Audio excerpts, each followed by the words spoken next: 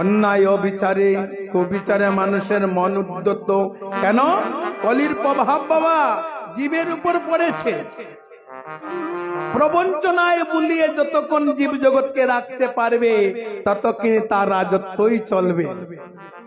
হ্যাঁ, কিন্তু আমার মহাপ্রভু কলির যুগের পাবন অবতার যিনি শ্রীকৃষ্ণ চৈতন্য মহাপ্রভু, তিনি চিন্তা করলেন, হায় রে, এই কলির যুগের সংস্রব যদি আমাকে নাশ করতে হয়, এই অন্যায় অবিচারকারী মানুষের যদি অমঙ্গল বিনাশ করতে হয়, বিষয়ে বাসনা রূপ ভব ব্যাধি নাশ করতে হয়, তাদের হাতে এতটা সময় নাই। 100 বছরের আয়ু, তার মধ্যে সংসারী করবে, গৃহস্থী করবে বাবা।